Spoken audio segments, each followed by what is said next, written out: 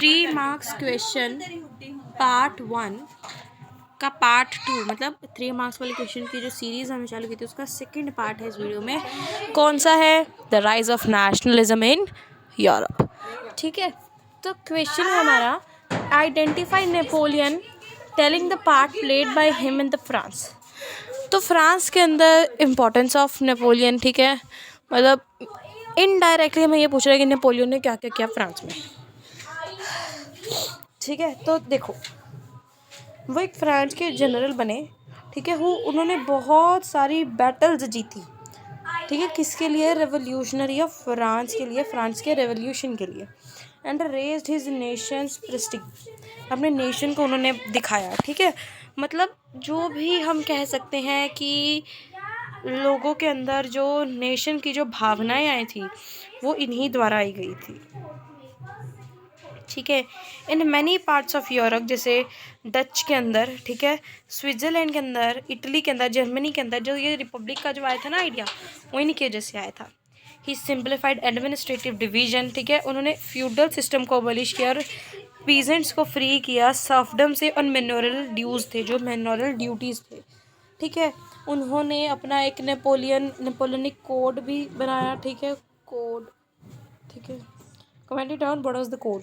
ठीक है, there was a time when he had become a terror for the old. सारे European monarchs के लिए ना वो एक बहुत बड़ा खतरा बन चुके थे। ठीक है, और but in the end his limited resources collapsed in the face of a fourth colonisation of European nation. तो फ्रांस के अंदर जो रिसोर्सेज जो हैं वॉर करने के लिए, उनके पास जो रिसोर्सेज की कमी होने की वजह से, लैक ऑफ रिसोर्सेज की वजह से, उन्हें वाटरलू जो है वो हारनी पड़ी।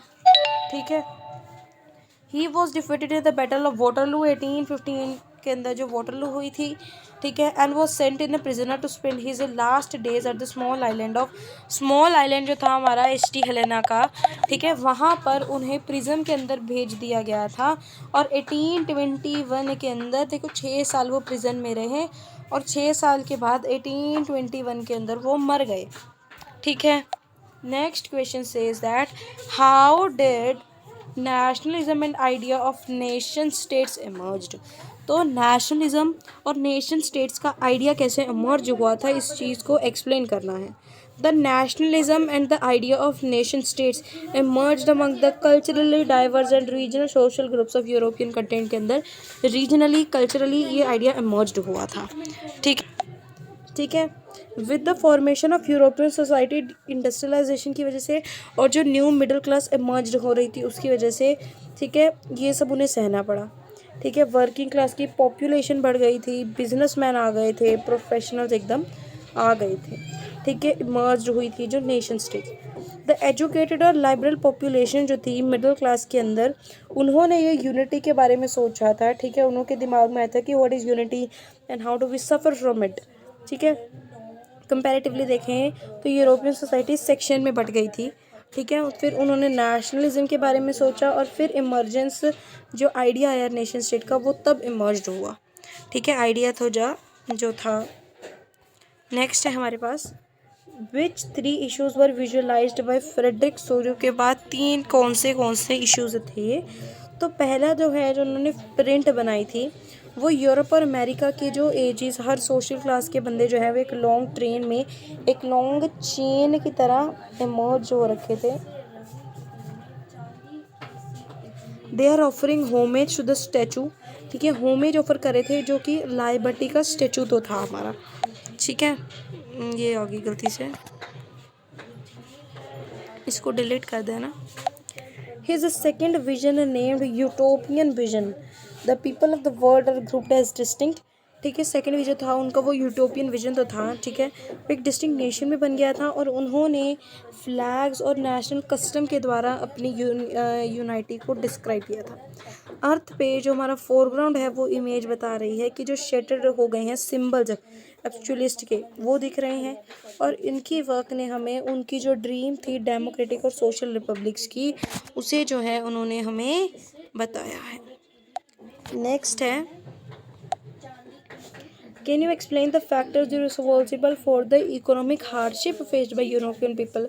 जो 1813 के 30s के अंदर जो उन्होंने इकोनॉमिक हार्डशिप मतलब जो फाइनेंशियली जो हार्डशिप तो है उन्होंने सही थी, उसके के बारे में बताना है। तो देखो 1815 के अंदर जो ग्रेट इकोनॉमिक हार्डशिप पीरियड बोला गया था 1830s के अंदर, ठीक है, 1830s के अंदर एक ग्रेट हार्डशिप तो क्या था, during the first half of the 19th century के फर्स्ट हाफ के अंदर एक इमेंस इंक्रीज हो गया था पॉपुलेशन का, ठीक है। जो यूरोप के बंदे थे, ठीक है, क्या हुआ था, पॉपुलेशन जो है वो बहुत बढ़ गई थी, ठीक है, अनएम्प्लॉयमेंट बढ़ गई थी, क्योंकि पॉपुलेशन बढ़ी है पर काम तो मतलब उतना ही रहेगा ना, ठीक है।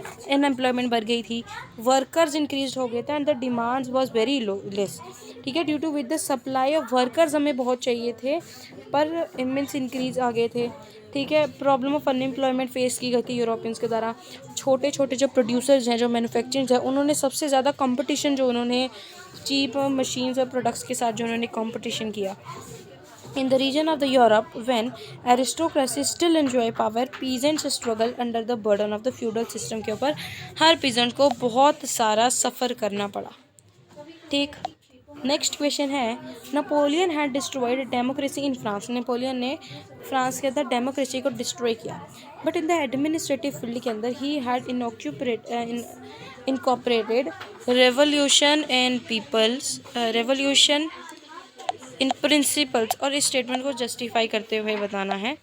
तो देखो सिविल कोड उसने बनाया था 1804। The civil code of 1804 usually जिसे हम नेपोलियनिक कोड भी बोलते हैं, उसने हर प्रिविलेजेस जो बर्थ के बेस पे थी, ठीक है, जो प्रिविलेजेस बेस्ड ऑन बर्थ थी कि अगर कोई फ्रांस के अंदर जो बंदा अगर मतलब होता है ना कि जन्म से अधिकार होता है, वो सब उसे हटा दिया, ठीक है। फ्यूडल सिस्टम को उसने अबॉलिश कर दिया और राइट टू प्रॉपर्टी का आधार दे दिया, ठीक है। इक्वलिटी बिफोर लॉ पैदा कर दी और राइट टू प्रॉपर्टी की हर बंदा जो है, चाहे वो बड़ा है चाहे वो छोटा है, वो प्रॉपर्टी रख पाएगा, ठीक है। नेपोलियन ने एक डिवीज़न बता दी, ठीक है, फ्यूडल सिस्टम को एबॉलिश कर दिया और पीजेंट्स को फ्री कर दिया सर्वडम और जो मैन्यूरल ड्यूटीज़ थी in the town to guild restrictions जो है वो उन सबको उसने रिमूव कर दिया, ठीक है। और नेक्स्ट ट्रांसपोर्टेशन और कम्युनिटी सिस्टम को उसने इम्प्रूव कर दिया। नेक्स्ट क्वेश्चन है, फीमेल एल्गरी जो name the female allegory that represent the France. तो फ्रांस को रिप्रेजेंट करने वाली, ठीक है, उसके मेन कैरेक्टरिस्टिक्स भी बतानी है। तो फ्रांस को रिप्रेजेंट करने वाली फीमेल एल्गरी कौन सी है ये बताओ पहले तो फ्रांस को रिप्रेजेंट करने वाली जो हमारी फीमेल एल्गरी है वो है मरियनी, मतलब ऐसे याद करोगे तभी याद आएगा, प्रोनाउंसिएशन आपसे पेपर में पूछी नहीं जानी है कि मैरियनी, ठीक है। वो हर एक मेन कैरेक्टरिस्टिक जो है, ठीक है, वो है कि वो लाइबर्टी और रिपब्लिक को रिप्रेजेंट कर रही थी। उसके पास एक रेड कैप थी, ट्री कलर था, एक कोकेट था, ठीक है। वो एक पब्लिक स्क्वायर्स को रिप्रेजेंट कर रहा था, उसकी इमेजेस जो हैं उसके ऊपर कोइंस थे, ठीक है, स्टैम्प्स थे 1850s के स्टैम्प्स, ठीक है, 1850s के स्टैम्प्स। नेक्स्ट क्वेश्चन है what were the impact of treaty of vena on Europe people के ऊपर, ठीक है। जो ट्रीटी ऑफ वेना है उसका क्या इम्पैक्ट पड़ा था, ठीक है। तो ट्रीटी ऑफ वेना सबसे पहली बात तो ये 1815 में, ठीक है, बहुत क्वेश्चन आ रहे हैं इसके ऊपर तो ध्यान से देखना। 1815 में जो ट्रीटी ऑफ वेना है यूरोपियन पीपल की भेज हुई थी, ये 1815 में किस लिए हुई थी, क्योंकि जो नेपोलियन जी हैं वो 1815 में वाटरलू में हार गए। वाटरलू में हारने के बाद उन्होंने क्या किया, जो नेपोलियन जी को है उन्हें तो उन्होंने जेल में भेज दिया, ठीक है, एक आइलैंड के जेल में। तो जो भी उन्होंने हम कह सकते हैं जो भी उन्होंने वो किए थे ना, जो भी चेंजेस नेपोलियन लेके आए थे उन सबको उन्होंने अंडू कर दिया, ठीक है। कैसे कैसे किया वो देखो, बर्बन डायनेस्टी को रिस्टोर किया गया और फ्यूचर एक्सपेंशन ऑफ फ्रेंच जो है उसे प्रिवेंट कर दिया। फ्यूचर एक्सपेंशन मतलब क्या है कि अब हम फ्रेंच के एरिया को बढ़ा नहीं सकते हैं, जैसे नेपोलियन ने बहुत सारी टेरिटरीज अपने अंदर लेनी थी कि उसे भी हम बढ़ा या घटा नहीं सकते हैं, ठीक है। प्रूशिया को है वो एकदम न्यू टेरिटरी दे दी थी, ठीक है, वेस्टर्न फ्रंटायर को, बल्कि ऑस्ट्रिया जो है उसे कंट्रोल दे देता नॉर्दर्न इटली पे, ठीक है।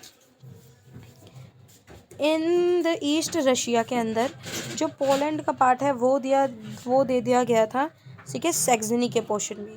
The treaty slowed down the growth of nationalism. In treaty के अंदर जो नेशनलिज्म का ग्रोथ हो रहा था उस ट्रीटी ने उसे स्लो कर दिया था, ठीक है। नेपोलियन जो है उसने तो we can say that revolution में भी एक तरह की हेल्प ही की थी, ठीक है। एक एफर्ट जो था वो रिस्टोर हो गया था मोनार्की के अंदर नेपोलियन के बाद, और उन्होंने कंजर्वेटिव्स के ऑर्डर के हिसाब से ये सब कार्य किया था। ठीक है जी, ठीक है जी, ठीक है जी। नेक्स्ट क्वेश्चन है हमारा, how Europe was closely allied to the ideal of liberalism. के अंदर लाइबरिज्म मतलब आइडिया ऑफ फ्री ट्रेड कर सके, ठीक है, फ्री खा पी सके मतलब ऐसे नहीं कि फ्री में खाना देंगे, मतलब हर चीज़ का राइट है, ठीक है, ठीक है। तो लाइब्रेटी को एकदम फ्रीडम के हिसाब से बताया गया था, ठीक है। जो एफर्ट थे, जो कंप्लेंट की गई थी सेलर के हिसाब से, ठीक है, दो हमारे यूरोप के अंदर जो एजुकेटेड और लाइब्रेरी मिडिल क्लास थी, ठीक है, उन्होंने नेशनल मूवमेंट को चलाया, ठीक है। वो क्या बता रहे थे, फ्रीडम एक इंडिविजुअल के लिए, इक्वालिटी बिफोर लॉ, और following were the political social and economic ideas थे जो हुए थे एमर्ज्ड। देखो political ideas, the ideology of liberalism supported the idea of national unity and abolition of aristocracy privileges। जो हैं aristocracy privileges मतलब privileges based on birth, ठीक है, इन सब चीज़ों को उन्होंने हटा दिया था। यूनाइटी यानी नेशनल यूनाइटी का आइडिया एमर्ज किया गया था, नेशनल यूनाइटी का, ठीक है। It also advocated for a constitutional, ठीक है, कॉन्स्टिट्यूशन को भी एडवोकेट किया गया था, ठीक है। And represented is government through parliament. It did not stand for the idea of universal suffrage. Universal suffrage का मतलब ये है कि हर बंदे के पास सर्वडम सफरेज, यूनिवर्सल सफरेज नहीं होएगी, ठीक है। सोशल आइडिया क्या था, they supported freedom for individual and idea of equality before law, ठीक है, उन्होंने सपोर्ट किया पीपल को, ठीक है, इंडिविजुअल को, इक्वलिटी बिफोर लॉ का आइडिया। इकोनॉमिक था, देयर वॉज, ठीक है, इकोनॉमिक्स आइडिया क्या थे, there was freedom of market, market के अंदर फ्रीडम थी कि अगर हम मार्केट के अंदर कोई सामान खरीदना चाहें तो वो खरीद सकते हैं, ठीक है। जो रिस्ट्रिक्शंस लगा रखी थी हर चीज़ पे वो भी हटा दी गई, ठीक है। लोग अपने गुड्स और कैपिटल्स, अपने मूवमेंट को इधर से उधर ले जा सकते हैं। ज़ुलेवियन को स्टॉब्लिश कर दिया गया, बैरियर जो वगैरह हैं, और रिड्यूस कर दिए गए number of currencies. Most important economic ideas में हम लिख सकते हैं कि जो करेंसीज थी, ठीक है, इतनी सारी करेंसी थी, मतलब 300-400 करेंसी जो थी उसे जो है ख़त्म कर दिया गया था, ठीक है, एक ही करेंसी रखती गई थी। Introduction of a system of a weight और मेजर एकदम अच्छी तरह से उन्होंने परफेक्ट बना दिया था। And strengthen the ideology of liberalism, liberalism की आइडी को स्ट्रेंथ कर दिया था, स्ट्रेंथन।